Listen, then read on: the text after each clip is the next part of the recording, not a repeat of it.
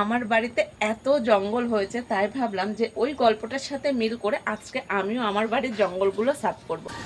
এখানে কত তুলসী গাছ হচ্ছে, পেয়ারা গাছ হচ্ছে,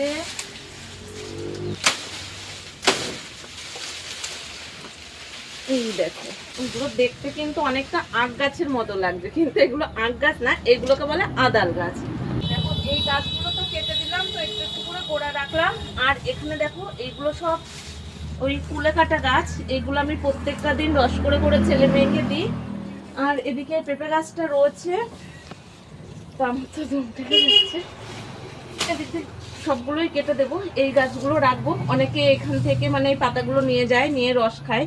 আর এই তুলসী গাছগুলো তুলে দেব, কারণ অনেক তুলসী গাছ রয়েছে। দেখো এদিকে অনেক তুলসী গাছ আছে, এগুলো আমি তুলে দিচ্ছি। অনেক তুলসী গাছ রয়েছে।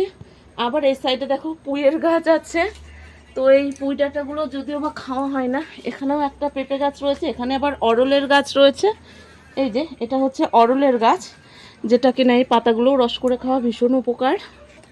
অরলের পাতা খাই হ্যাঁ, নাকি? অরলের পাতা ওই জন্ডিস হলে পরে কিন্তু এই পাতাগুলো খায়।